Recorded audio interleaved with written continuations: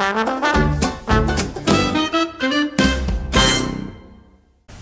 welcome to the Always Be Comedy podcast. Our guest today is one of the greats, Josh Widdicombe. I've got to give full credit to Tim Lewis for this setup. I feel like, was it Late Review on BBC Two? Yeah. Tom Paulin. Yeah. Who else was on that? Oh, Late Review. I don't know. I'm really showing my age. Yeah. Mark, the guy that wrote for The Guardian, wrote a really good piece about Question of Sport, the Paddy McGuinness reboot. Anyway. Okay. That's upsetting that. We are, for video viewers and YouTube viewers, we are in Widdicombe. We've got a gig in, well, let's be honest, we open doors in 10 minutes. But today's guest, Josh Widdicombe, the first ever guest of this show. An unbelievable film. Tim's thinking, please tell me you're not looking up the name of Mark from Late Review. You know what? Mark Lawson. Mark Lawson. That would have haunted my dreams, but I've not got that. Yeah. Right, Josh Widdicombe, been with us pretty much from the jump. When he first started doing, I think Last Leg was a thing. Oh no. I think he was pre Last Leg at Always Be Comedy. Great to get him on Rebooked. First ever guest on the OG podcast. Oh yeah. He'd be the first to admit that the tour that he's on was built up in this room. Yeah, yeah, absolutely. The tour he's doing after this show, he's already done some material here. It's crazy. Not my cup of tea. Not my cup of tea is the name of the tour. And Timmy's right. Yeah, I'm not saying that Josh Widdicombe's not my... Josh Widdicombe is my cup of tea. Yeah. But yeah, Tim's right. In recent weeks, months, he's even working up new gear. This is why Josh Widdicombe's Josh Widdicombe, with an eye on future stuff. Yeah. He's a smart dude. Tim made the observation, as great as Josh is on this episode, does he actually answer any of the format questions? Well, so it's rebooked, so there's new questions. I think there are 6 questions, maybe 7. For 3 of them, he gives very good answers, I must stress, but you're not necessarily getting definitive answers from the man. Yes, it's really entertaining, but like Shake, one of our listeners, does a spreadsheet to keep very track of grateful, answers. very grateful. He might put a question mark in. Yeah. Put a question mark in 2 or 3. So Josh was also promoting a podcast. It might be my favourite podcast right now. Wow. John Sopel, if you're listening, and I'm sure you are, I'll always love the newsagents, of course. But it could not be more in my wheelhouse. Josh Widdicombe's Archive of Popular Culture. It was called Museum of Popular Culture, and then they got an email from a museum. Is someone coming in? Hello, be open in 10 minutes. It's real. Hard edit. Keep it in. Keep it in. When Tim said we're opening soon, he wasn't kidding. New podcast, and then so each episode, it's roughly 4 episodes per topic. So there's one topic, Mr. Blobby and Noel Evans, 4 episodes. Studio 54, Rise and the Fall, 4 episodes. Sir Clive Sinclair, 4 episodes. So if you like a deep dive, they'll go off on tangents as well on popular culture, and I do. Hasselhoff. These are all phenomenal. So funny. Tom Crane, Susie Ruffle, Matthew Crosby joins in. Each one does a different. Anyway, it's great. Spice Girls, fantastic. If you love that sort of thing, you might already be. I'm a paid up member on the fan club. It's my only paid Patreon. Anyway, I suppose that's it. Oh, shows of our own. Yeah, Josh isn't booked in at the moment, but the best way to find out is if you want to join the secret newsletter. Who did we have? What we had recently on the secret newsletter? Romish. Well, we've had 3 Romishes in last week and 1 out of PTA, but you couldn't get tickets to that anyway. But yeah, 3 secret Romish shows immediately just last week. Chris Ramsey on Tuesday. Nish Kumar on Tuesday. We've got. What can I say? What can't I say? But there's always special secret shows. We've had stuff with, the past few months, Brett Goldstein, Michael McIntyre, Stephen Merchant, Kevin Bridges, yeah, on. Drop us an email if you want to join the secret newsletter. So shows coming up, we just added Rhys James, Sunday the 10th of May. That is sooner than I realised. £7. We've added Michelle de Swart. We've had Michelle Wolf. Sunday the 3rd. Sorry about telling you off. Sunday the 31st of May. For these and many more, Milton Jones in Chelsea, 25th of June. Oh, yeah. Jack Shep. Yes. SNL oh my God. UK Yes, star. absolutely. 2 shows. Anyway, for these and many more, Joe Wilkinson is a secret newsletter job. Is that for them? Well, we've not said how to find out these sorts of things. Yeah. Yeah. Yeah, you're probably right. Anyway, these and many more, alwaysbecomedy.com/tickets. And we've added we're enjoying the sound of our own voice now, aren't we? We've added a Ballon page to the website. Yes. Oh my God. Yes. Very good work. alwaysbecomedy.com/Ballon. The third venue. It's coming. 6 shows on sale at the moment. 2 have sold out. Anyway, here he is, one of the greatest comedians to ever hold a microphone. He won't thank me for that, but it's true. Josh Widdicombe, enjoy. Right, here we are, joined by one of the absolute podfathers, let's call it. Now, Josh, you weren't happy with having one hit podcast. There's a new one. Now, the reason why I brought it up straight away is because... to get it over with. No, well, au contraire. I am a literal member of I know.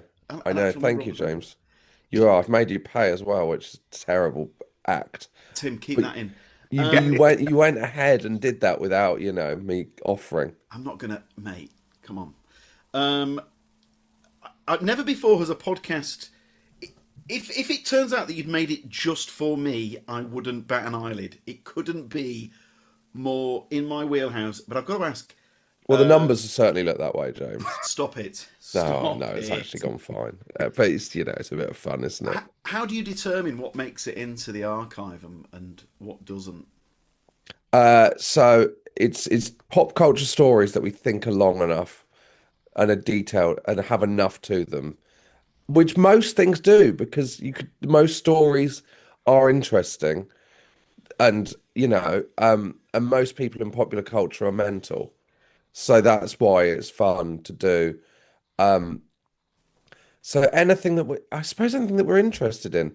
I'm not that interested in films, so that's a problem. Do you know what I mean? And we are going to do one on the birth of Saturday Night Live, and I'm not interested in that at all. So we're going to get Matthew Crosby to be the one who tells me that, because I would be lying if I said I had an interest in that as a topic. So I'll be the one who listens rather than the one who tells the story there. I'm surprised that, because as you know, Tim and I love SNL, but I'm surprised you've put that in if you've got no interest. Well, it's a really interesting story, and you can do ones on stories that you're not interested. So I want it to be all the great pop culture stories, and so the fact that I've been reading about Apocalypse Now, which is really interesting. I'm not that interested in Apocalypse Now, but the story is so wild that it's just so incredible that actually you're like, well, this is brilliant. I'd definitely do that. But the birth of SNL was a really interesting story, but we thought it'd be weird for me to be telling Matthew Crosby, who knows a lot about it. So I'd be learning a load of stuff to tell him about it when he knows it. So it's much better to go the other way. I think, really, it's the story rather than whether you're interested in it yourself that's interesting. In the sense of, if you listen to something that was, you can watch documentaries about things you're not interested in if they're an interesting story in themselves. Do you know what I mean? So you could watch a document. I'm not interested in tigers, but The Tiger King was an interesting documentary. I'm not an Elvis fan. It's not a documentary, but I'm not an Elvis fan. I thought that Elvis Presley movie with Austin Butler, that's one of the best films I've seen of the last 20 years. I thought it was a masterpiece. Yeah, I don't get Elvis, really. Me neither. But I came out of the cinema. I ordered a pair of blue suede shoes. Of course you did, James. You haven't been out of them. But yeah, I'm not interested in Elvis at all. But he has lived a wild and interesting life. Yeah, for sure. But his music leaves me cold. Because I think shorn of the context of the 1950s. Sorry, when you said Shaun of the Context, it sounded like the worst spin-off of Shaun of the Dead ever. Shorn of the context of the 1950s and 60s and how important that was. I just don't think the music is really. I just can't ever imagine putting it on. So that's my view on Elvis. And also the beauty of that podcast, it's more about, or it's certainly as much about the tangents that you take. I mean, yes. the riffs on, say, genuinely fascinating. The riffs on, say, Roland Rat and Breakfast TV. Here's a little secret for you. Some stories aren't long enough, so they're quite good as an aside. Do you know what I mean? So I don't think Roland Rat would hold up over 4 episodes. I mean, that's you know. But that was a tangent on the Blobby Edmonds, wasn't it? Yeah, because I think it shows the power of the mascot, not the mascot, the puppet in British culture and how important. So we were both in the same room last week at the Claudia Winkleman show, James, when Mr. Blobby came out. People went fucking mental for it. People lost their mind. Far more than anyone else in that room, perhaps with the exception of when Claudia Winkleman came out. Like, Mate, Obama wouldn't have got the ovation that Blobby got. I don't know. I think it would have been quite weird. Also, he's got, you know, I suppose he's got more of a checkered record than Blobby, hasn't he? I don't. Can you imagine that not being mentioned all night? Please welcome Barack Obama. Wow. To bring at the end Barack Obama to come out and do a cameo. Asks a question, then walks off. What would have happened? How would have that gone? Do you think that would have gone? Would people have been? Would they have lost their minds? Yeah. Yeah. But would they have been slightly confused? But would they have been screaming like they were for Blobby? Maybe well, not. I don't think they'd think it was Barack Obama. I think you'd think it was an impressionist. You wouldn't think that has to be Barack Obama. God, looks a lot like him. Yeah. He's absolutely nailed it. You wouldn't think they've put Barack Obama as a plant in the audience, would you? I mean, he's not nailed the voice. Yeah, it couldn't, you know. Yeah. But yeah, I would say if you've not seen that episode, mate, look, I'm biased, obviously. I'm the warm-up guy.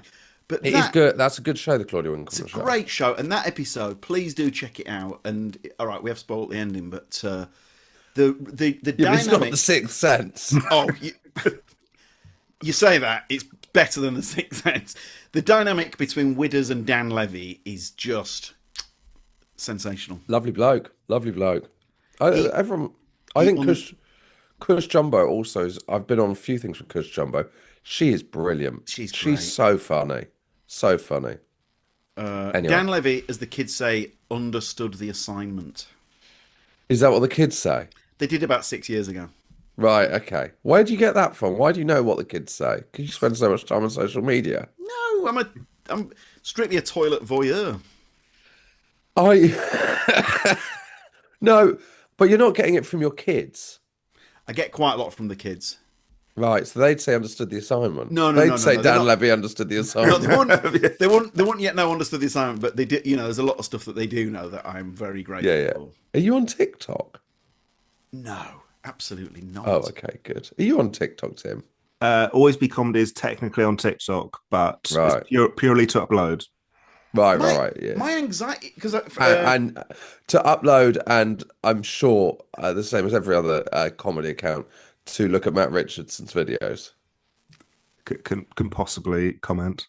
I think that's all right. We all watch Matt Richardson's videos in comedy, don't we? He'd be delighted. That's what it's for. Yeah, I think that is 99.9% of my TikTok is going, I wonder what Matt Richardson's posted. I'm a big fan of those videos. I can't cope with TikTok. Okay, I'm going to open TikTok on my phone. It'll be Matt Richardson. Shall we see? Yeah.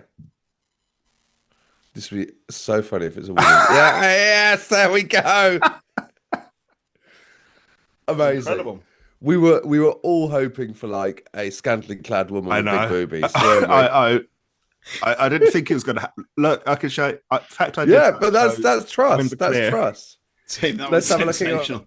Tim, can we edit that to let's make have a look at your Instagram Explore page. I'm not going to do it again. I've left my phone downstairs. Yeah. Hang on, where were we? Oh, right, okay. Can you tease? Oh, by the way, this is what I wanted to ask. Have you had anyone get in touch? What I mean is, Pete Waterman comes up a lot on the podcast. Have you had anyone say Pete Waterman adjacent, or anyone from the Hasselhoff universe? Has anyone reached out proactively? So his daughter-in-law said he'd heard it. She wrote in, but I don't know. You don't know that he's his daughter-in-law. Do you know what I mean? No, I don't know. No, to be honest, I quite like the idea of keeping these people at arm's length. Do you know what I mean? Never meet your heroes, James, even if that hero is Pete Waterman. So we haven't had anyone adjacent in that sense, but obviously I work in a world where a lot of people have met these people. So I've been privy to a lot of follow-up stories that probably wouldn't be pod acceptable on people. Wow. Yeah. Do you have to research, or do you just know everything going in? No, I've got friends who work in TV as researchers or producers, and a lot of them are freelance, so they're often between jobs. So they'll do like a 2 or 3 day like pack that then I will go through. So they'll do a research pack that then I'll go through and turn into a script, which is the most joyful experience you ever have because you're basically like, oh, someone's written me a book I would have read about Mr. Blobby, but it's all there. Do you know what I mean? So, That's incredible. So that pack will probably be about 30,000 words, and then I'll change that into 4 episodes, which will be about 10,000 words. So that's basically, I've moved to Devon, and that's what I do on the train. So on the train, I don't really do it in my own time.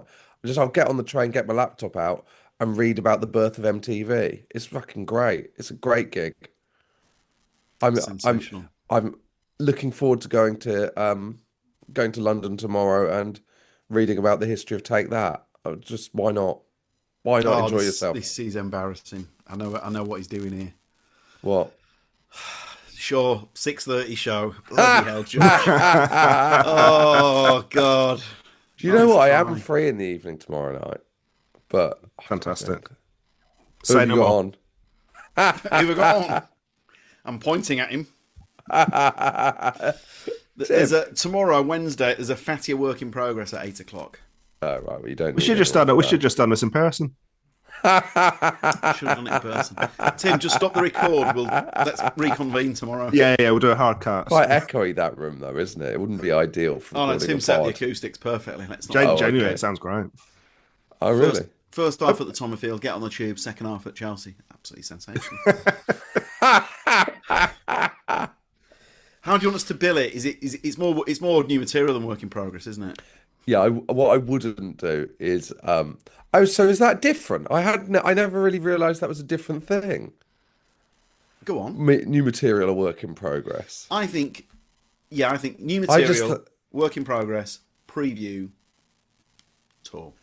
Right. Okay. So preview is a different thing to work in progress. Definitely. Oh yeah. Can I say something that makes me shudder? When people call it a whip, because that didn't exist when I started comedy. I know. I know, but it makes me feel That's my most said word. What am I doing in Edinburgh? Just going up for a week of whips, but it makes me feel like I'm just from a different generation. Because so what would you have said? Well, what about Edinburgh? I just said I'm doing the full show because that's how it works. That's what I said. No, but instead of whip, what would you have said? I'd have said previews. So I think.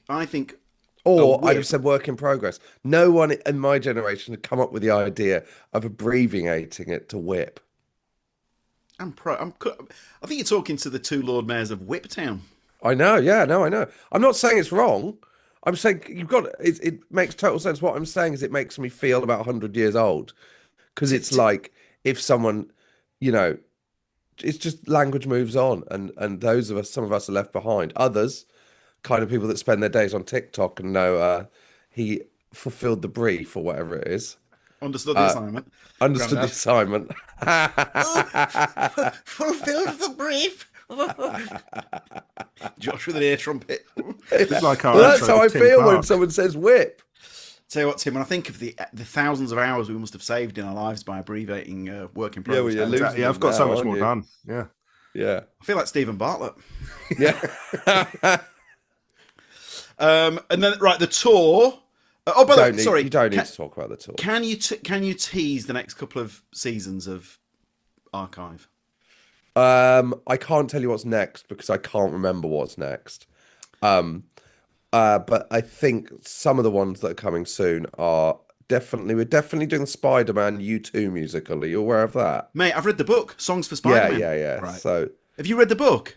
yeah, of course. That is an absolute must-read. It's a page It's turner. so good. It's so good. But Is if it you don't becoming like a film reading, or something? is it? Is Maybe. it? Maybe. Maybe it's not. I think that's just Spider-Man, isn't it, Tim? Yeah. With Tom Holland. Yeah. Spider-Man, that rings a bell. Yeah. Hang on. If you want a book recommendation, I'm going to get the exact... Here we go. Song of Spider-Man by Glenn Berger or Berger. Yeah. It is phenomenal. Song of Spider-Man. Yeah, I mean, I tell you what, mate, John Grisham would be jealous of that guy's ability to turn a page. It's such a great story. So we're doing that one. What else have we got in the bag? MTV. I can't remember. We've got loads of them. We've got the KLF. We've got Ghost Watch. They're all sitting there waiting to go. I can't KLF, remember. again, that John Higgs book on KLF is magical. The isn't it? KLF are the greatest, most interesting band that have ever existed. I bought Harry Hill that book Far as a more gift. interesting than Elvis. Oh my God. I bought Harry Hill that book as a gift. He enjoyed it so much that he buys that book for other people as a gift. Does he? Yeah. I'd have thought, yeah. I did enjoy that book. That's very good. I also read I've read quite a few of those books by John Higgs. He wrote one about Doctor Who, and I've got no interest in Doctor Who. That's a good example of a story being interesting enough that it doesn't matter if you don't care about the actual thing. So would you do Who? No. I'm not sure that I've ever seen a full episode of Doctor Who. I think people that like Doctor Who are pathetic. Wow. No, This is No offense, Tim. I'm look. I'm not a Who guy, but A Whovian? Are you not a Whovian? Sorry, I'm not Whovian. If you but can't I'm also see not that Tim is in rattling that full hornet's nest. Tim's in full Sylvester McCoy cosplay. Yeah. I'm not a fan of that. I'm not a fan of Doctor Who. I just can't be bothered with it. I don't really like that kind of stuff, really. I don't like fun. Hence why I'm here. I don't. That was like a stinging return, wasn't it? That Well, really was. No, but do you know anyone that likes Doctor Who? I know Frank Skinner's big on Doctor Who. Two friends of mine. I've got two. Tom pals, Neenan. Tony McMurray and Cassette Boy. Right, yeah. It's just not for me. It's just I not actually for don't me. know many people in Doctor Who at all. Now think about it. I think we're of the wrong generation. You might be the right generation, Tim, but I was a kid when Doctor Who wasn't on, so it didn't touch the side. So I was between Sylvester McCoy and Christopher Eccleston. Yeah, I was the right age when that Chris Eccleston one came back, and I did see a couple of episodes, but it didn't stick. When I worked in Waterstones, Christopher Eccleston used to come in every day. What? In Manchester? Yeah, he was in there all the time. Josh, There's a revelation. There's would an you exclusive. A please, would you Kennington exclusive. Well, here's another one. Maybe please, would you share the David Beckham Waterstones story? Yeah, I mean, I've got loads of great celebs coming into Waterstones. So you're responsible for taking pictures, but this was pre-smartphone. Yeah. Let me build you up with some of the other people we had come in. We had David James, the goalkeeper, just before Euro 2004, who was buying a book on confidence. He's a brilliant artist now. I'm going to say that. Yeah. What a shame he didn't read it. We had take that. So we had Jason Orange come in, Brilliant. and there was an old man. There was a lovely old Catholic man called Jeffrey who worked in one of the rooms, who worked in the business room, who didn't know who Jason Orange was, and he came in and he said, I'm told I've just served Jason Orange from Take 5.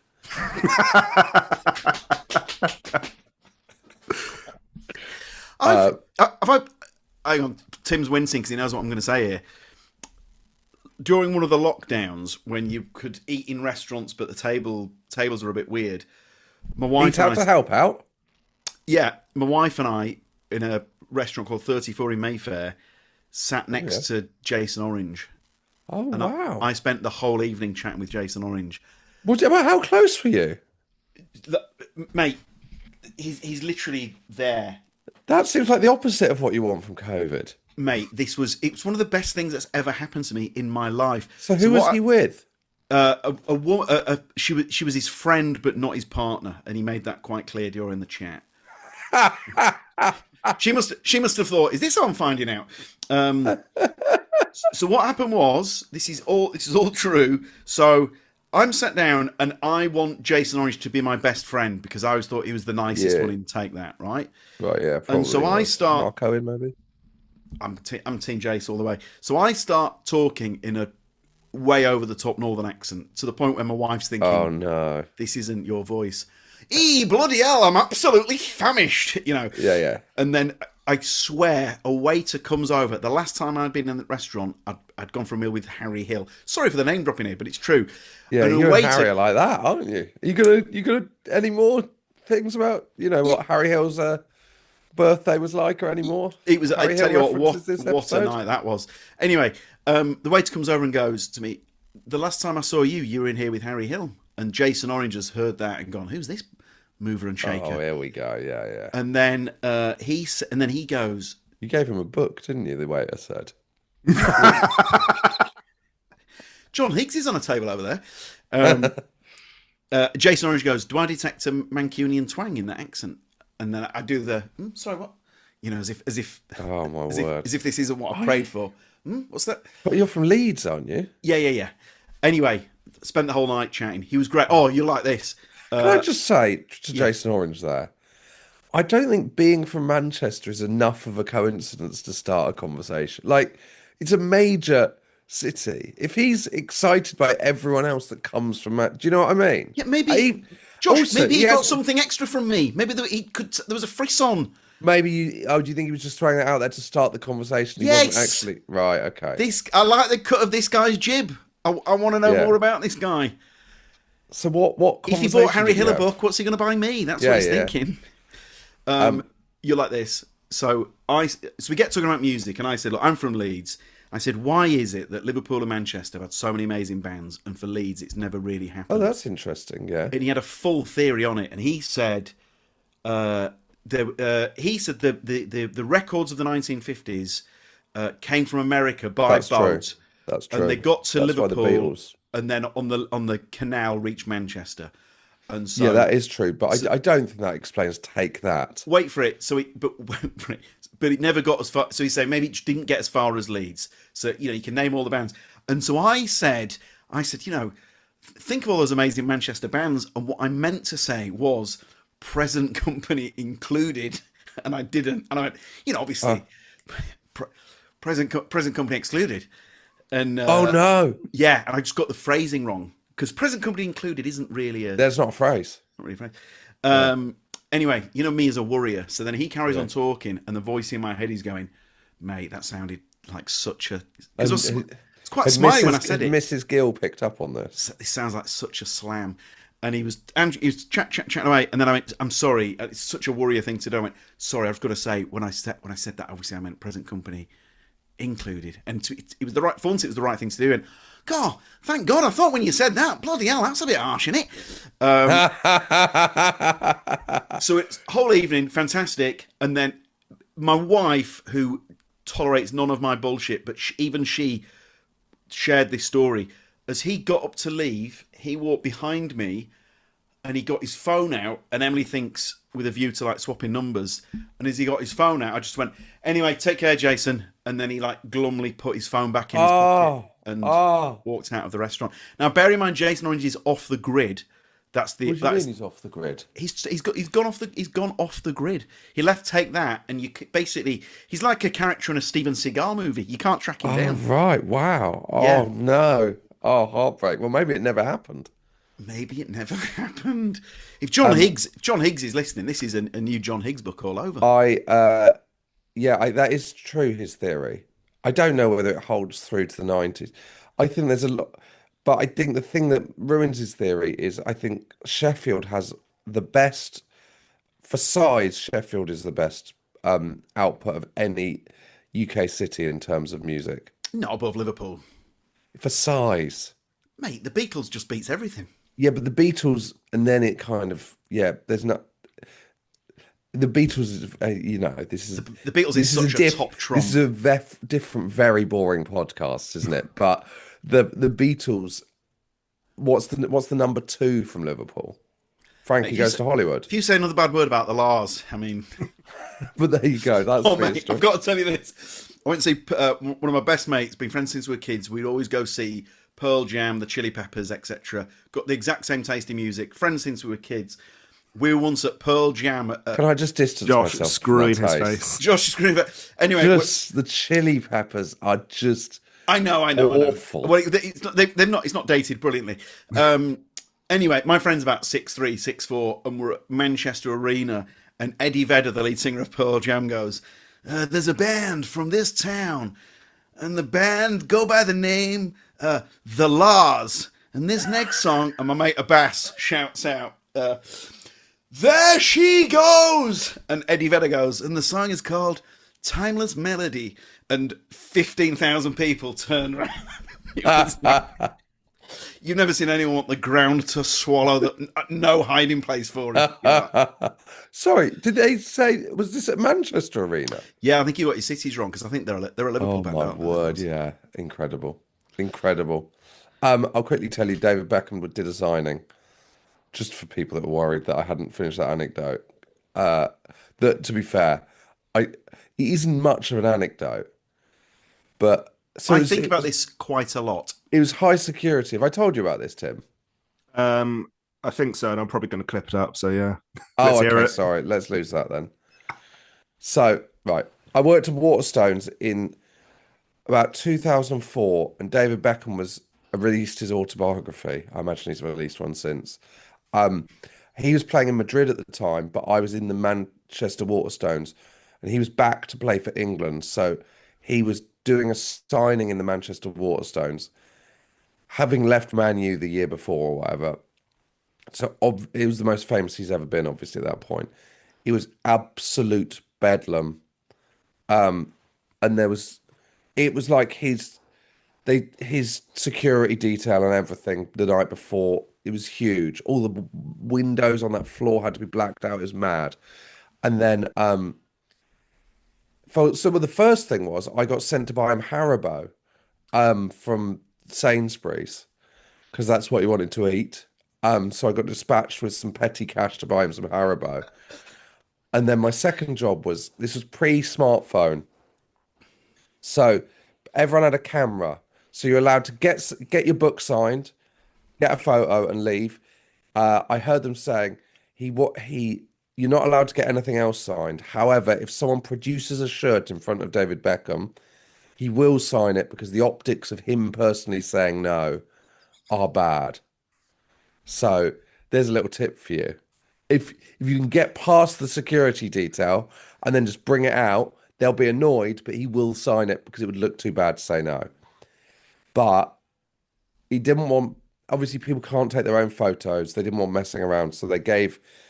me and maybe one other person at Waterstones the job of taking the photo. So the person would hand you their disposable camera or their normal camera. They'd then go and stand next to David. I'd say, David, smile or cheese or whatever. Surely I didn't say cheese. And then I'd take the photo and then they'd move on. But obviously there was quite a lot of pressure on me to keep the line moving. And... often the camera, I think that hasn't worked. But I'd think you simply can't. I can't say that hasn't worked. Excuse me, how do you use your camera? So I just think, wow, fine. They're never gonna.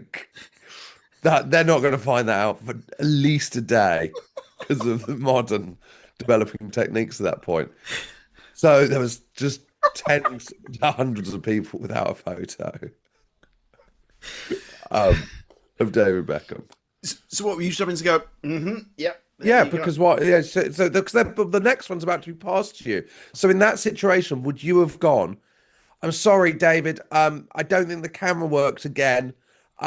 Excuse me, madam. This digital camera you've got, how does it work? Or the Minolta 2240. Yeah. I'm not the 20. Yeah. This was the 2230. I'd have the flash on like that, but the 22. So, like, what can you do? So With an eye there on you the- go. With the greater good in mind, you did do the right thing, didn't you? 'Cause- Well, did I? I don't know. but they'd still be queuing now if you'd been going. The Sony 14X. What can you do? It's an impossible. Exactly. Pre-smartphone. It's the ultimate thankless task. Yeah. So if any of you are listening, I don't care. I've lost zero sleep over that. Well, we'll see. You've still got comments next week. You've still got a signed book. So, but you came for a signing, yeah? Did you? Yeah. Good line. I think I no, I don't think that's good on him. I think that's contractually obliged. No, that's a good line from Tim. Sorry. When it goes I to thought- court after this clip goes viral, that's a good line. You came for the signing, not the photo shoot. Yeah. Sorry, I thought you were saying good on him. Good on him for doing the signing. He didn't need to do that. Good on him for hawking his own As if David autobiography. Beckham had come to the UK and gone, have I got an afternoon free? Do you know what would be nice? To meet my Touch the fans. people of Manchester. Yeah.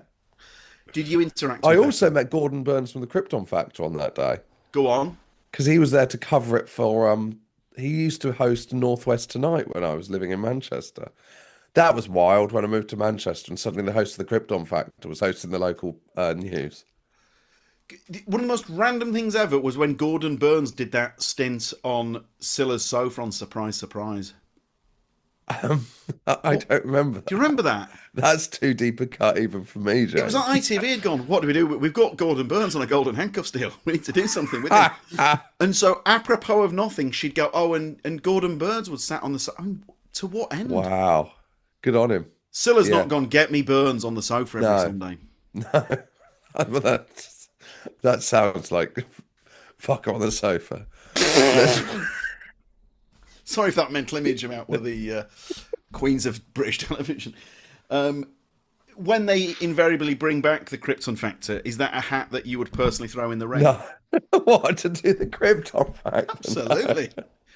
Mate, when you were a kid, there was no more exciting moment than when someone went down the aerial slide on the Krypton I know, Factor. but that I Come don't on. know if that will have dated. I don't think that will work for the Ninja Warrior UK generation. I've heard a story from via a comedian from a top TV producer. Yeah. You might have heard this about the Krypton Factor. No. Apparently, people are forever trying to bring back the Krypton Factor. They did bring it back about 10 years ago with Ben Shepherd, I think. Right. But this is okay. Maybe anyway. And this top TV producer says, "That's it." The person goes, because the Krypton Factor was a brilliant show. To which the producer goes, "It was not a brilliant show."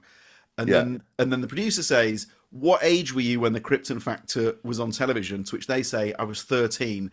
And the producer says, "What you're actually telling me is that you were really happy when you were 13 years old. What you want to bring back is your happiness, not the TV show." Do you know what I want to bring back? Pets Win Prizes. I loved Pets Win Prizes. It was a hugely underrated TV show. I don't know whether you'd be able to clear a lot of the animal stuff these days, though. But then if you can get away with I'm a Celebrity, let's be honest. Yeah. Yeah, there you go. I remember one of Dale Winston's gags from Pets Wins Prizes. You ready for this? No. What breed of dog is it?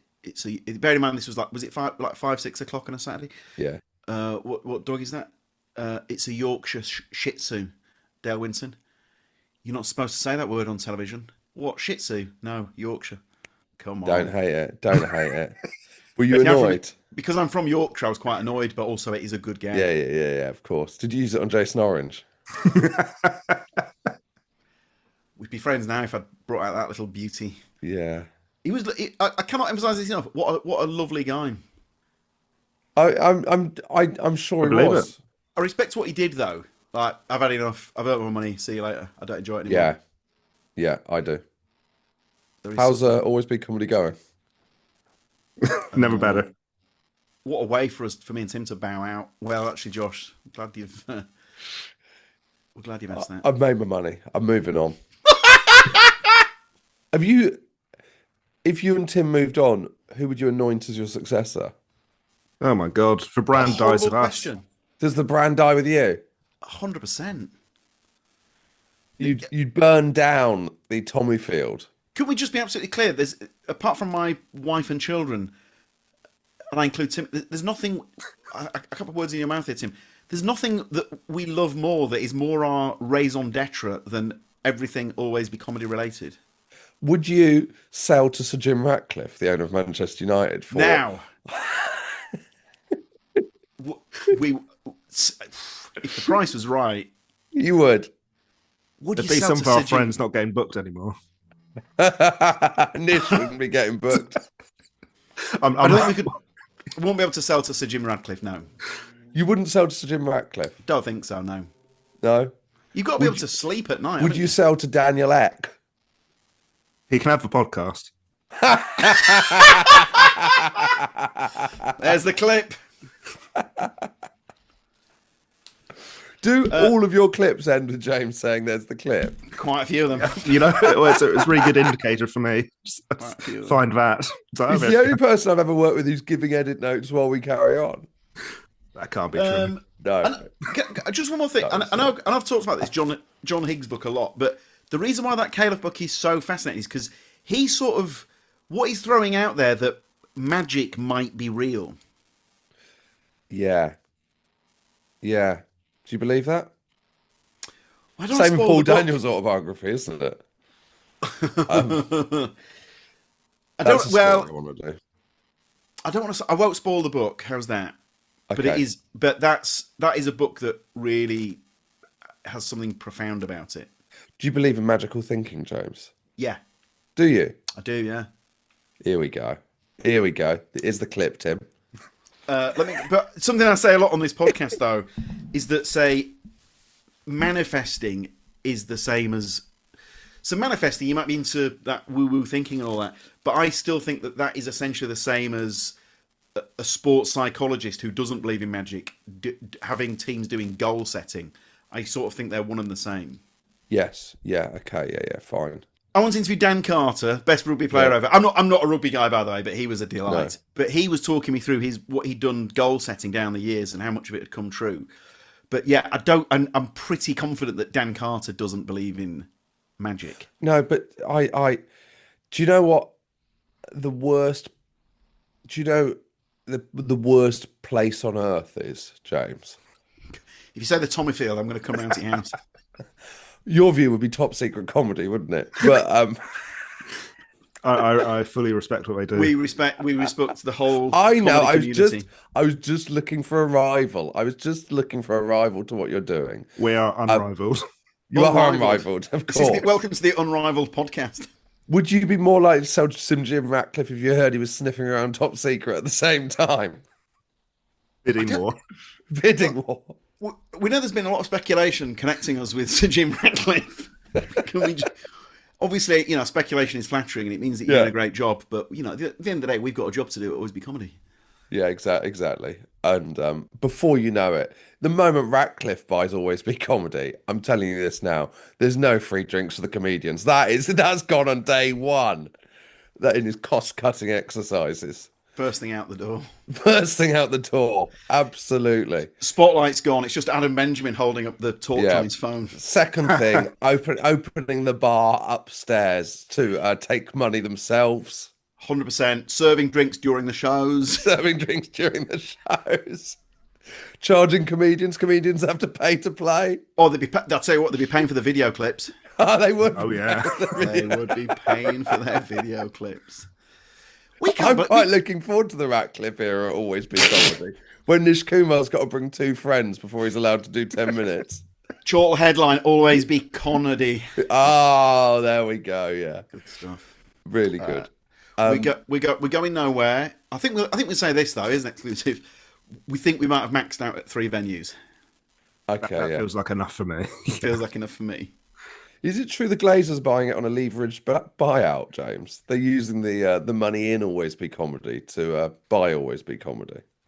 Whoever has told you that, I'm upset because that was a private conversation. Okay, yeah, good. What impact that's going to have on the stock market, I don't know. But, You don't want to release that news on a Friday afternoon, do you? it's just damage limitation now. Yeah. Would you float on the FTSE Top 100? Yes, definitely.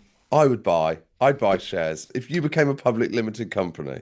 A picture of me and Tim holding a football shirt with Always Be Comedy FTSE 100 as the name on the back. Tim banging a gong or whatever. The thought of you two the day it launches. Oh wow, that'd be so good. Anyway, That'd be a good do. it would. I'm up for that. Yeah. Yeah. Helium balloons to denote that we're floating. Yeah, Tim. nice. We declare this stock market open. It's like I've fantasized about this. Yeah. Oh yeah, yeah. we So would. I don't like all that. I quite like the woo woo of magical thinking. I think, but I hate anyone who's. This is what I was going to say. The worst place on earth is the section of an airport WH Smith's with all those books called like 7 Secrets to Success and all of that. Do you mean my Audible book collection? Well, there's no way you're going to get a comedy venue on the FTSE 100 without that. I think all of those books are written by cunts for cunts. Oh, great. That's one of my closest friends in comedy just call me the C word. Absolutely. Josh, if I will take you, not now, but maybe afterwards, I'll take you through my... Oh, God, the subtle art of not giving a fuck, or Stephen Bartlett's 7 Rules of Business, or whatever. Oh, my God. Let's have a look at my library. Here we go. Barry Hearn, My Life. Relentless, 12 Rounds to Success. Eddie Hearn. Oh, my God. Rhonda Byrne. The Courage to be Happy. Oh, God. The Courage to be Creative Happy. Act by Rick Rubin. No, that's a brilliant book. That's a completely different side of the coin, that book. Most of mine are on that, maybe on that side. That is a book about creativity. That's not a book about how you program yourself to be happy and how the key to happiness is actually to make money. That's what I have the problem with. All these people think success is... Sorry, I've got serious here. The idea of success is success in business, and that's where happiness is, and that's just simply not true. No, sorry. In that case, I'm redeemed because mine are more. So, for example, The Courage to be Disliked. Right, I don't know that one. That's really good. Ron put me onto that one. Ron who? Ramesh Ranganathan. Oh, Rom. I thought you said Ron. Oh, Ron Atkinson, he's involved as well.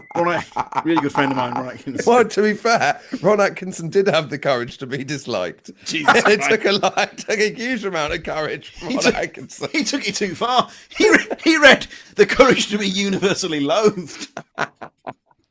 Oh my God. You could. Do you know what I'm doing wrong here? I'm quite a popular pundit.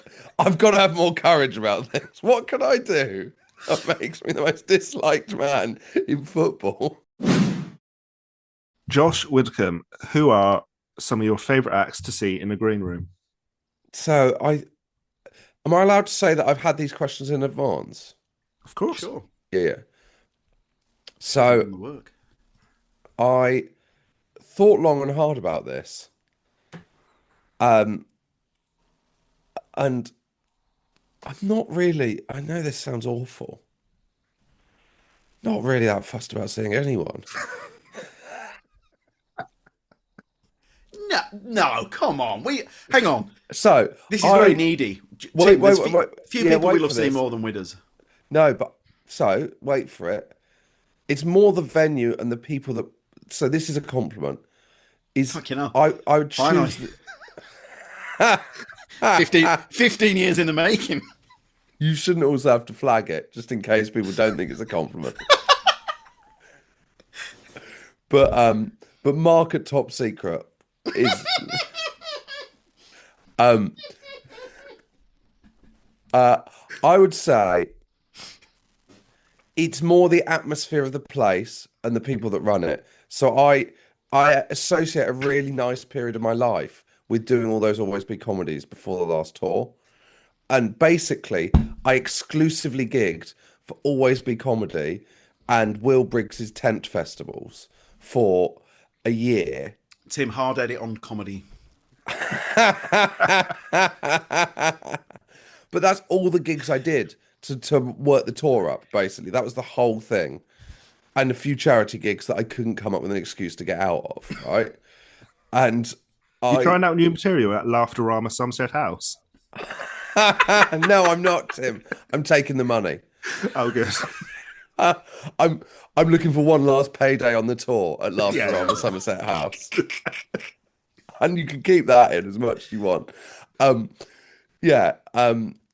Laughterama Somerset House is getting me at my best. The worst is Laughterama last year. Really, that's what you're looking at. Is the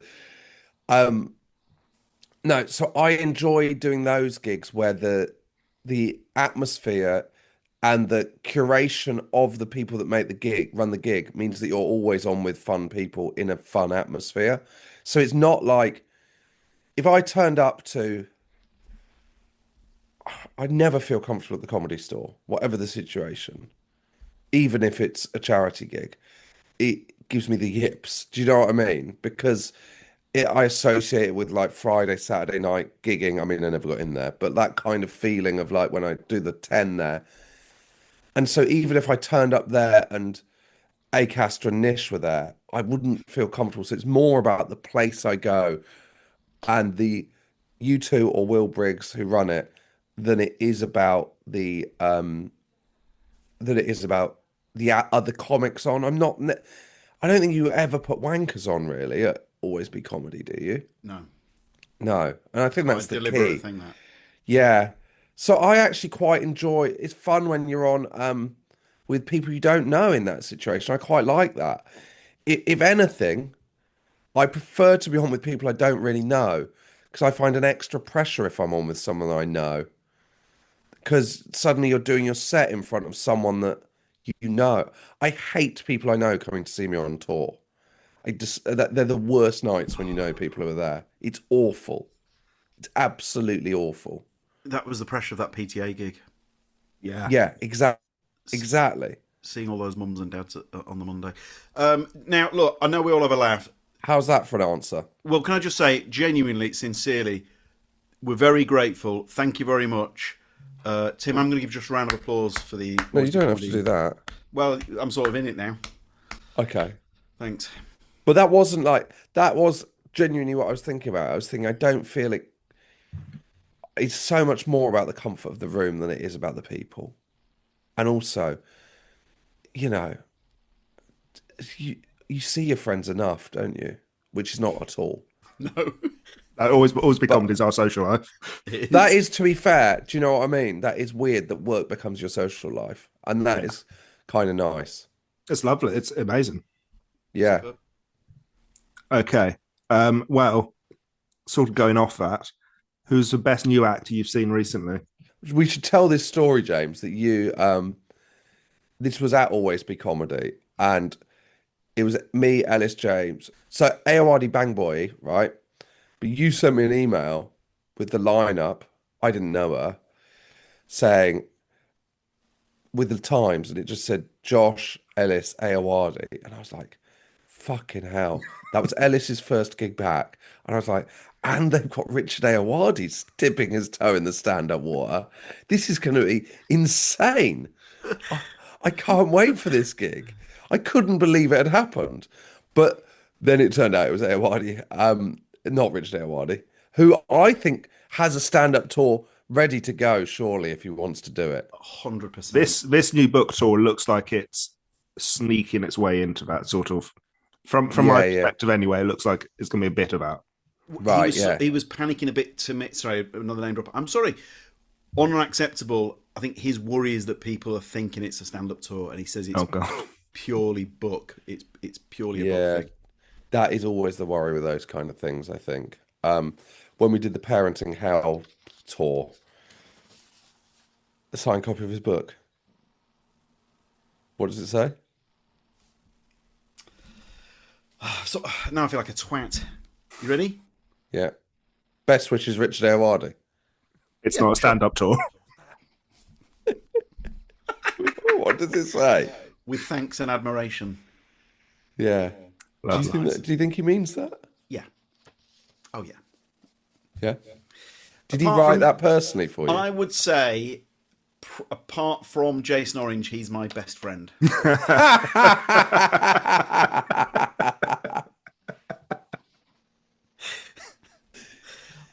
Love him. I do love him a lot. He's great. He's brilliant. But Aoadi Bangboy, I saw her. I didn't know anything about her because I am so disconnected from. I don't read Chortle or any of that because I feel like it makes you stressed, doesn't it? Stuff like that. So I had never seen her, and she blew my fucking mind. She reminded me of Harry Hill, the way she went from one thing to another, the way she kept coming back to things. They were all split up. And then you said to me that it's never always like that. It's always totally different. And this is the biggest compliment I could give someone. We were doing the 6:30, me, her and Ellis, and then she was doing a preview or whip afterwards. With a whip. A whip. She was doing a whip. Whip it good. And I can't give a bigger compliment than this. I momentarily toyed with going to that. I mean, I didn't, but...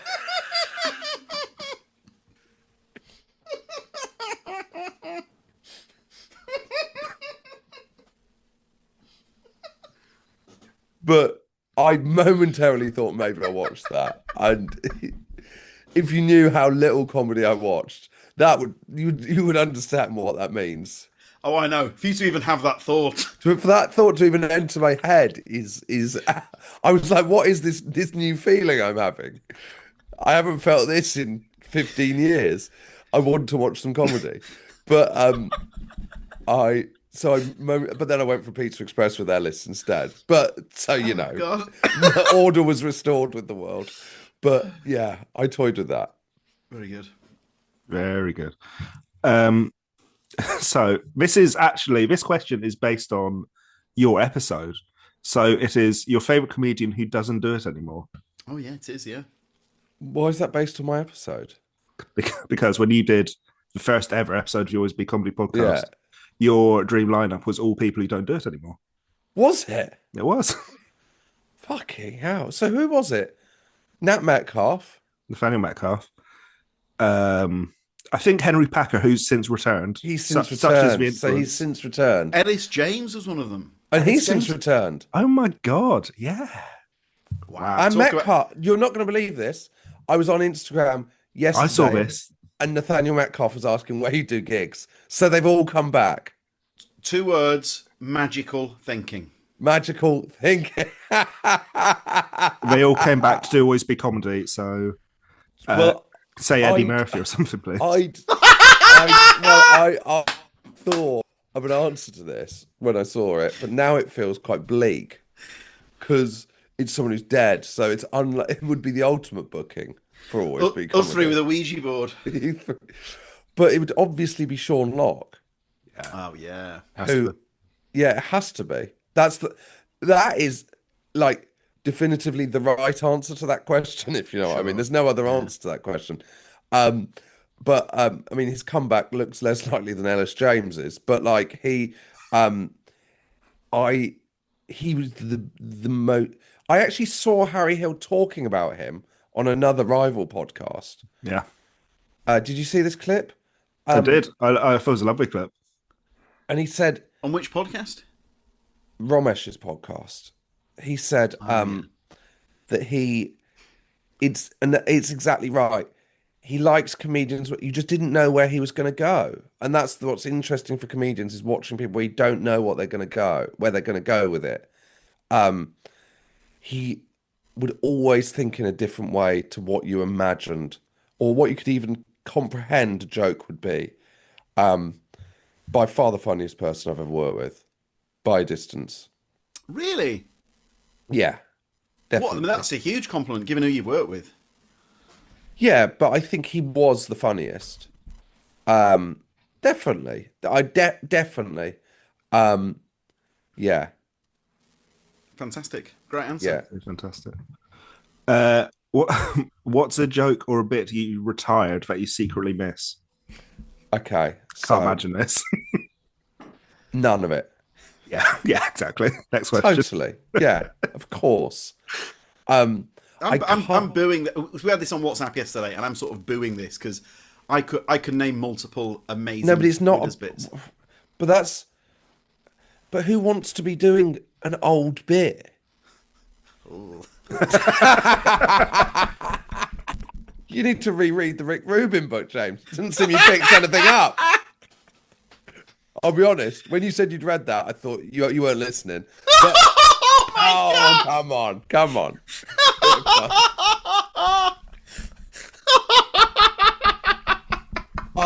Oh, Tim, you're like this. I don't want to say that James needs to turn over new techniques, but James warmed up the last leg, obviously, you don't need me to tell you he threw out Haribo. I thought you were going to say thrived when he said for. I know he did thrive. Of course, he threw out Haribo, and then someone in the audience offered me a Haribo, and it was well past its sell-by date. God. The ultimate review of James's technique is that even his Haribo is out of date. It was a rock hard piece of Haribo. You know when Haribo goes hard? Yeah. How many have you got to still get through, James? Oh, I mean, bags full of the stuff. And it's not just the material, but also the references. You know, if a friend... but they're the bits I love. I must admit, probably why we get on. If a friend has been on holiday and they've got like a whiff of a tan, and I'll go, oh, all right, Judith Chalmers. Yeah, and they're please. like, I don't know who you're talking about. Exactly. That's exactly my scene, though. But that's not a bit. That's a reference, right? I would never... Did Jimmy Carr once do a greatest hits tour? The thought of doing that makes my blood run cold. Do you know what I mean? Fair play to him for being able to do that, but that I would find that, for a start, I haven't got any greatest hits, but I would find that absolutely impossible to do without thinking I'm so bored, because I just don't have any interest in old. Not like so you do the tour Numero and then I'll secreto? be like, what? No, but it's not about the bit. It's not. It's about the. I think one of the lucky things for comedians, as opposed that one of the only things that's better about being a comedian than being a musician, which we all secretly wanted to be or not secretly wanted to be, is that you don't have to do the same stuff. So Mick Jagger's still got to do Sympathy for the Devil every time he goes on stage. And it will always get a bigger cheer than when he goes, this is off our new album. And that must be gutting and boring and all these kind of things. But I just don't understand. Have you ever spoken to a comedian and they'll quote an old bit of their own material and maybe even name the show it was in? So they'd go, so. You what? I don't think I have, no. You've not had that? Don't think so. I definitely have. They'd say like, oh, I did this joke in in James Gill Live at the Laughter Factory. I did this bit about this, or not, but, and you go, what? How do you still know? How do you still? I just don't care about ever looking back at anything I've done. Mick Jagger must have had a moment on stage where he said out loud, he said into the microphone, this is from our new album, and he must have heard an audible, oh, for fuck's sake. Well, you see it. I went to see David Byrne about a month ago, and it was amazing, and he had a great gig. But he was like, it was seated, and you could literally see the people would stand up for the Talking Head songs and sit down for the non-Talking Head songs. And we're like, God. He can see that, because I can see that.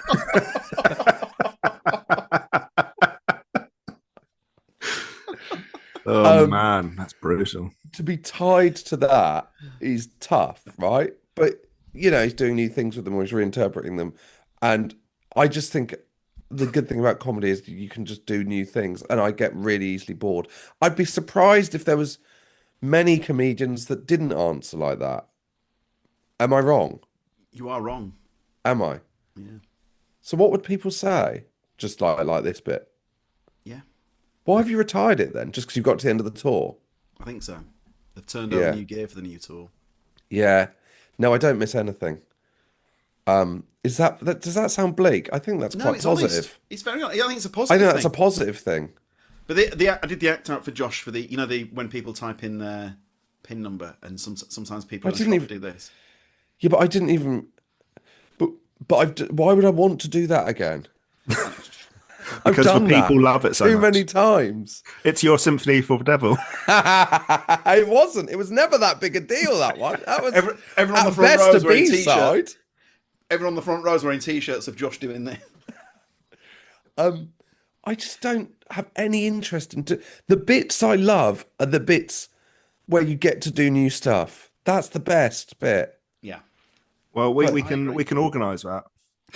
Tomorrow night. Tomorrow, 6:30. Yeah. Okay. Which Piers joke or bit do you wish you had written? Can't really imagine how this is going to go either. Well, no, I think that's the sign of a good bit, right? Yeah. That is the best sign of a good bit, is you think, fuck, why didn't I think of that? Yeah. So, and I get that most with observational comedians, obviously, because that's what I do.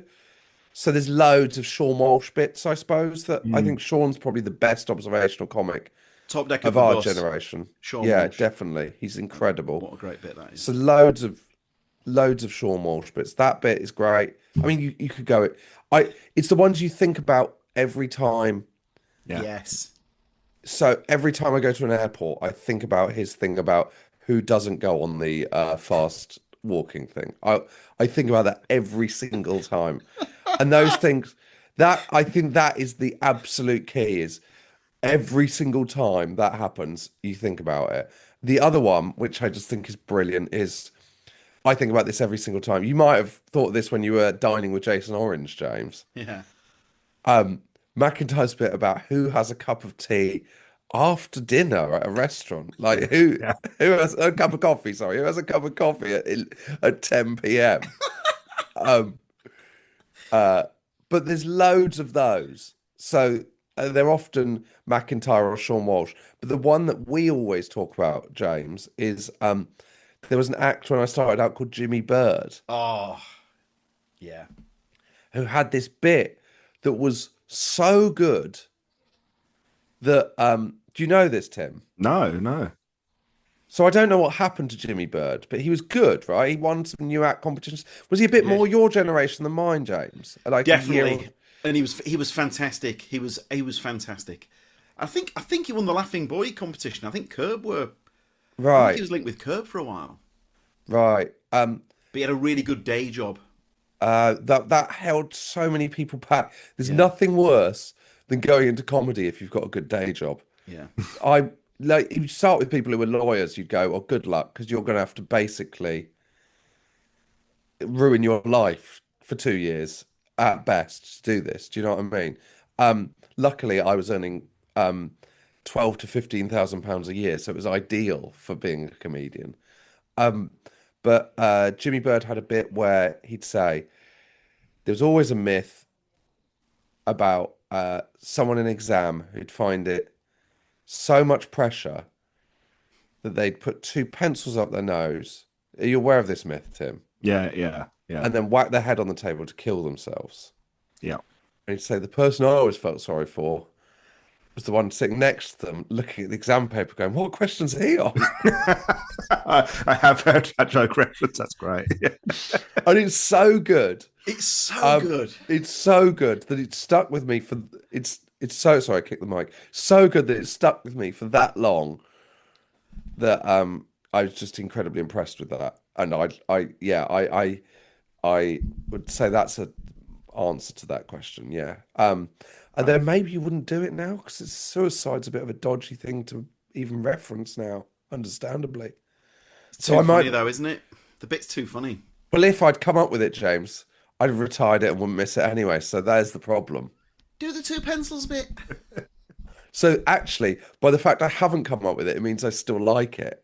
So maybe it's better that I haven't come up with it. Oh, this is lovely stuff. It's lovely stuff. What is the weirdest way you've made money to supplement comedy? So when I started out, as I said, I was doing night shifts at The Guardian on the sports desk of the website. And then I wasn't making enough money to stay alive. So for a brief period of like a week or a month, I think I did it about 4 times. One of the people at The Guardian had this job and he said, oh, do you want to... It was like a freelance job. And the job was that you'd go around tube stations ticking off which advertising boards were and weren't working. And so you'd be given like 6 tube stations and a clipboard with a map of the tube stations. And then you'd walk around or stand on the escalator. It sounds made up, doesn't it? And you'd have to tick which advertising boards were and weren't working for the company that ran the advertising boards, so they could fix the electric advertising boards. By were and weren't working, by the way, I mean not as in were they cutting through with the populace. I wasn't like Lionel Blair's tour still has tickets to sell. Yeah, I wasn't like no one seems to be turning around to look at Cirque du Soleil's billboard. I don't think it's working. A woman just put her hand to the side of her face. That's cut through. I saw someone using the QR code to go straight on the website and get tickets. 2 ticks. Yeah. So yeah, I did. So that I had that job. I didn't do it properly. You were meant to put on a high vis, and I just couldn't bring myself to do it. So I do it without the high vis on. And then I realised you could just tick whatever you wanted because they didn't know because they hadn't checked themselves. And you could always go, well, that wasn't working when I was there, or that was working when. Yeah. They can't tell you if it was working when you were there. So, but I left quite swiftly after. Superb. Yeah. Here's a final question. Oh, what? Wow. We did. I'd say about 6 times more preamble than questions. That's how we like to do it.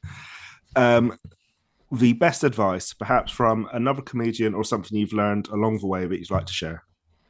Well, obviously, you've got to have the courage to be disliked. That's a given. I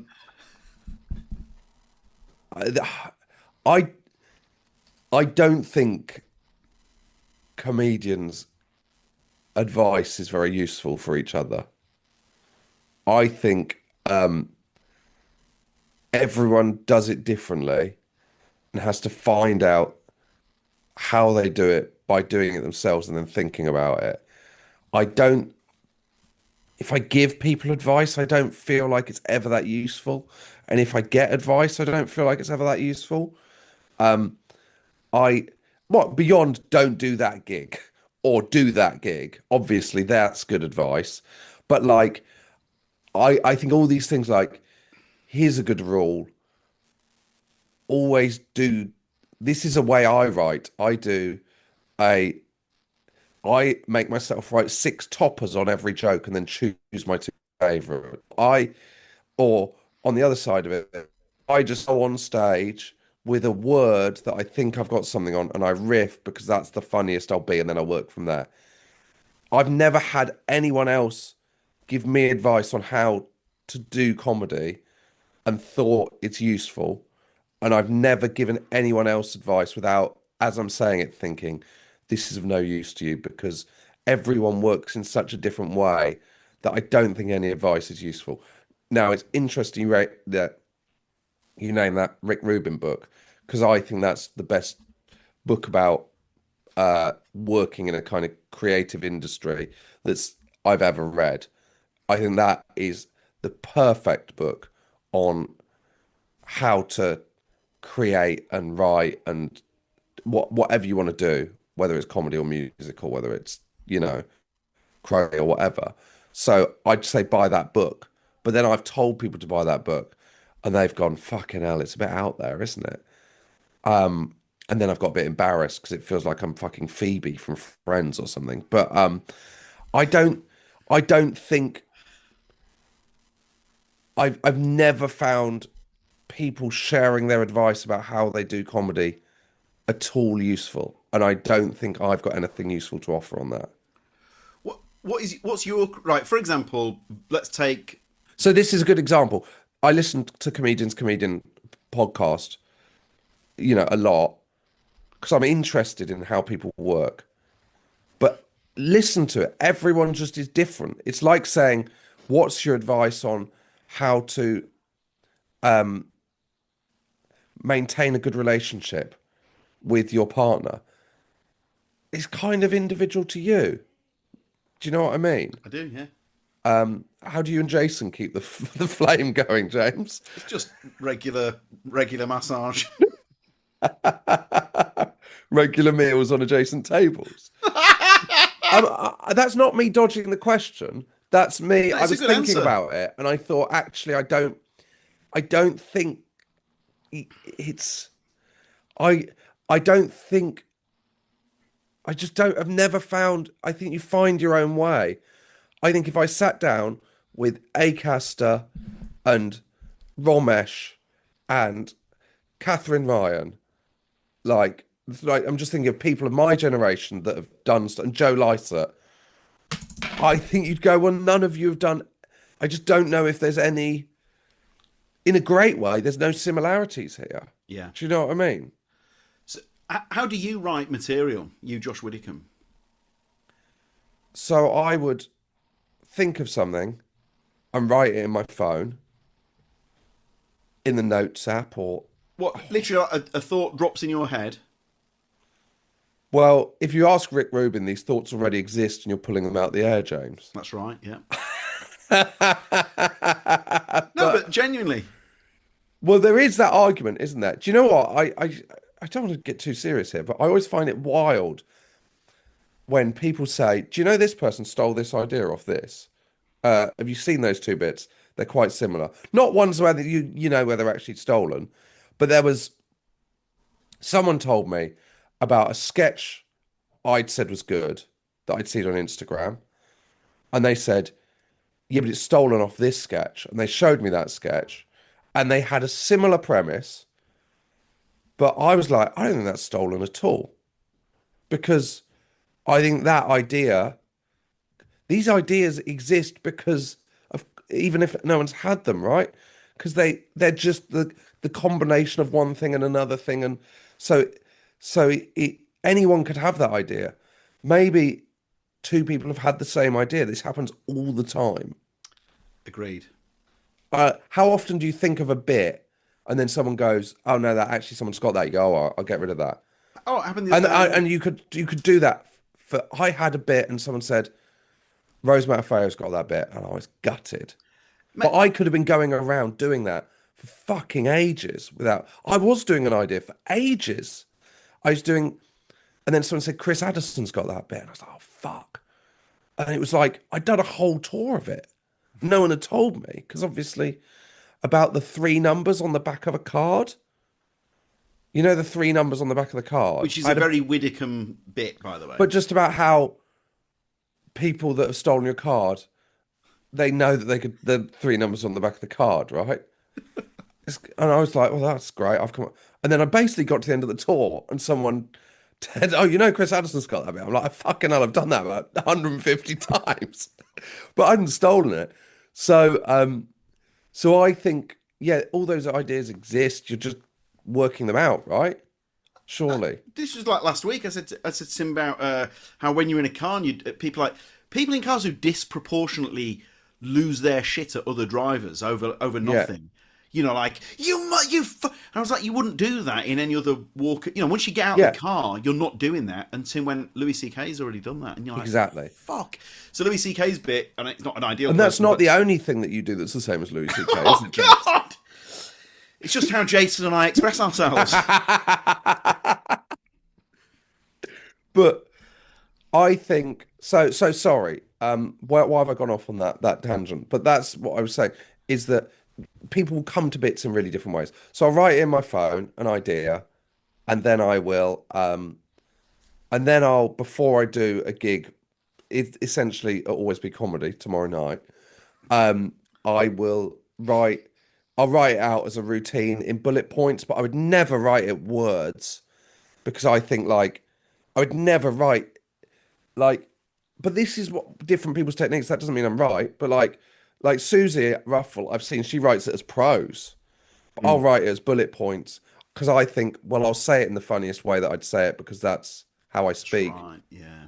So it would sound most like me if I would never go, is it, what's the funniest word? Is it temper or is it anger? I would never do that or anything like that. I've never changed anything like that. It just happens. And then I'll just gig it, see what works, rewrite it, see what works, bolt bits on. It all kind of goes together. But there's no technique. There's no techniques that you're thinking about, I don't think. Well, I wrestle with, do I throw the Harrier bow over arm or under? Exactly. Throw it naturally, James. It's whatever, however I'd naturally throw it.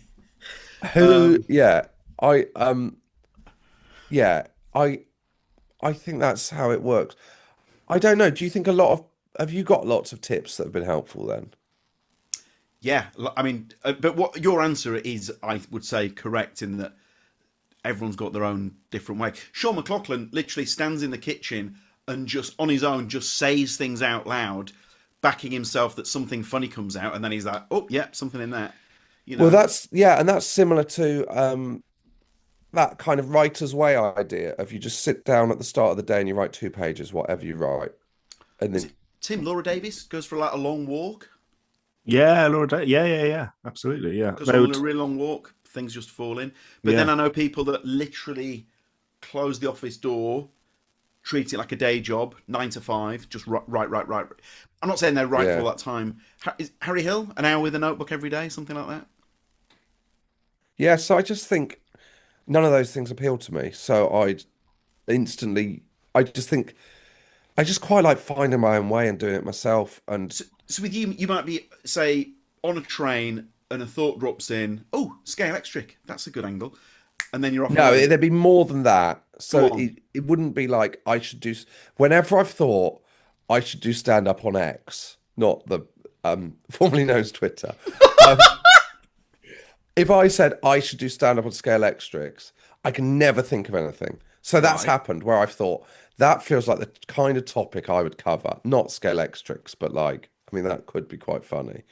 But like, say, I just thought you squeezed the handle as hard as you the car flies. Yeah, exactly, right. There is funny in Scale Electrics because like, but I have to have an observation that is the start of that. So if my observation was, why don't they steer or whatever it would be, right? Hang on. Here we go. Like next tour, Josh with the driver's helmet on. Yeah, I spent the whole of my childhood thinking Formula One was they were just accelerating and braking when they got to the corners or whatever. Hang on right? a minute. This is why he's Josh Widdicombe. No, but I wouldn't. I didn't know they steered. Someone in the paddock squeezing a handle. Oh, and then you'd go, okay, right, I've got something on Scale Electric. I think I could build on that. So then I'd start writing on that topic. And then maybe sometimes the first thing would go. And then, so I've got a bit in the new tour, which is about A&E and sing a man order a Deliveroo to A&E. That's the funniest bit. But the initial observation was something that never worked, which was about how shit is you go, of course it didn't work. It was about when you how bad the coffee machines in A&E are like the coffee machines you haven't seen in like 25 years that used to get in a sixth form, right? That's not an observation. That is an observation. But you know what I mean, though? I do. And then like thin little cups. Yeah, the clumpy powder coming out. Oh, this is really good. You're not going to believe this. That didn't really fly, but I'd come up with the bit that I'd seen happen, the Deliveroo, which was just to tag on to the shit bit. So then that becomes the bit. So that can happen. That's But great. Scale Extricts now, say I thought that accelerating thing was funny. Then I'd go, okay, what else have I got on Scale Extricts? And then I'd go like, no one's ever actually completed a lap of Scale Extricts. Would be an observation, maybe. Yeah. No one's, You've never heard of anyone being good at Scale Extricts, maybe? Your mum begging you to tidy it away. You've played it once, but you insist that the track stays out for a week. Well, the best bit was setting up the track. It's like Sabutio. The 100%. best bit was 100% setting it all up. And the moment Sabutio started, you'd be like, oh no, I'm playing Sabutio. Oh, this is shit. Fucking hell, now I'm playing Sabutio. Football pitches don't have creases in. Yeah. Do you know what, James? Should I do it tomorrow? Well, have you got a 6:30 show tomorrow? We have now. But that's how it works, right? So that's what I do. But I wouldn't advise it to anyone else. Is that... My honest view is, what I say to people is read the Rick Rubin book, because I think it's the best book on creativity there's ever been. And the bit in that I like the most is never think of the audience. Create what you think you want to create. Yeah. And then it will find its audience. And don't ever try and second guess the audience or create for them, because it's just the moment you see a stand-up do that, or the moment you're in and that's, the amount of TV meetings where it's like, oh, right, yeah, you're just trying to create something for an audience that you don't believe in here because you want to get a commission away. That's so true. Yeah. I've been on TV shows and I've thought, I don't believe anyone in this room, including the producers and the hosts, would watch this. but they've pulled the wool over the commissioner's eyes. But we're all here. No, but people are watching it. But I don't believe anyone in this room believes this should exist. They just think that'll do. And afterwards, I'll tell you. Hey, there we go. There we go. Look, you need the callback, Cabs. I'm sorry. Yeah. Josh, I think we can... I don't want to get into trouble with Flo or Amanda, but I think we can tease this. 2028 Sabutio and Scale Extric. The tour is on sale. Josh doing a work in progress. Do you think the cover, the poster will be to look like an old box of Sabutio Scale Extric where the kid's having a really good time? Yes. Yeah, the kid, but it's AI young Widdicombe. Yeah, I think I could... Yeah, I think I'm really excited about the Scale Extric bit now. Josh, did you used to play the cricket one as well? No, I played a lot of Sabutio. Did you? Do you remember how much the kits would have to double up as other kits? So Argentina would also be, I can't remember, Stenhouse Muir away or whatever. Yeah. Certain kits were similar. And then, yeah, of course. And then there was, I imagine this is going back on my Doctor Who thing, and I know, sorry, I've overrun. I don't think this is very on brand. I had a 1-year Games Workshop phase in my teenage years. Did you? Wow. Yeah. I'm not batting an eyelid at this. Did you too? I had like a month because everyone was into it in year 6. But I never played it, and I don't think I even painted a figure. I just had some bought for me for Christmas. Will Briggs, who I mentioned earlier, got mugged outside Games Workshop. It's the saddest teenage story of all time, isn't it? So, who were your guys? What were you into? Were you a Warhammer guy? I was Blood Bowl, which was like Warhammer, but it was an American football thing. And then I played with my friends Warhammer 40k. What's Warhammer 40k? Warhammer 40,000. It was Warhammer set in the distant future. Space Marines versus Orcs. Fucking hell. I know you're thinking about us three in our youth. Ladies and I remember going to play it in Torquay Games Workshop. And there was the guys that ran it who, to a man, had ponytails. They were the guy from The Simpsons. Yeah. And I remember saying to my friend, they've got the best job in the world. They just play Games Workshop all day. Wow. Do you know what though? Fair play. They're making themselves, that is because you're making a dream. It is the best job in the world. You're doing what you love. It is the best job in the world. We are the Games Workshop guys. You are the Games We Workshop are Games guys. Workshop guys, absolutely. Yeah. And if I could grow a ponytail, I would. Anyway, sorry, I've babbled on. Well, Josh, you are our very first episode. It only makes sense you're our final episode ever. So thanks for listening, everyone. From now on, it's always be Ratcliffe. I've got one edit. Oh yeah, yeah. Shall we say goodbye first before you? Oh yeah. Sorry. Let's finish it then. Josh, we're always so grateful. Thanks for everything that you do for us. It's a You've joy. been a great friend. Thank you for having me on and basically creating my tour for me by putting on a gig where I enjoyed making my tour. Josh, let's sign that live contract now. I've got a marker pen. Well, sadly, James, I live in Exeter now, so I'm looking for gigs in the southwest if anyone's got any. Do you want to do an Always Be talkie? I think this might be the saddest I've ever been in my life. But you can hang on. This is desperation. You can tie it into trips to London, surely. Yeah, but you couldn't do a whole tour warm up. I don't come to London that much. How often do you come? Well, I more often than I tell you, because if I'm coming to London, you'll try and get me to do a gig, so I try and keep it a secret. It's the most honest anyone's ever been with me.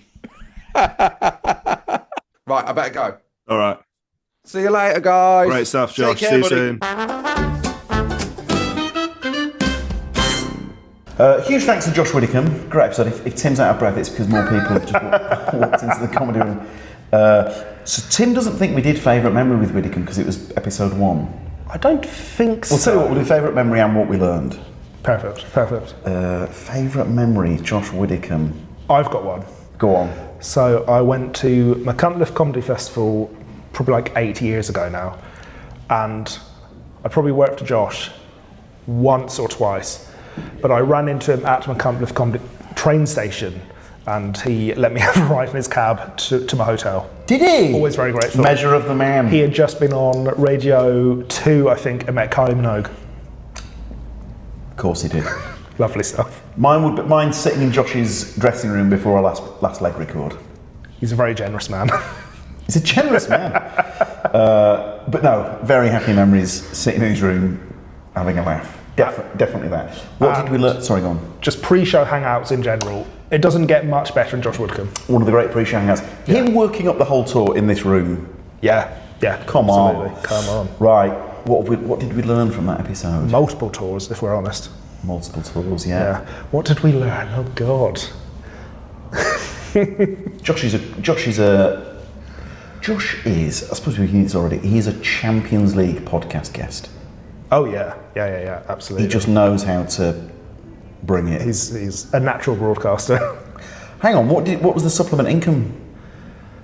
Oh, I didn't know that. Tube. I did not know that. Yeah, it's that. I thought I knew Josh well. I obviously don't know him that well because that was fascinating. The Tube adverts. Also, I make a joke about Josh being our first episode and our last episode, but it's not our last episode. Plenty more to come. It's not our last episode. No. Good God. So important to be clear about that. Right, we better go. Thank you very much. See you at a show soon. Thanks so much.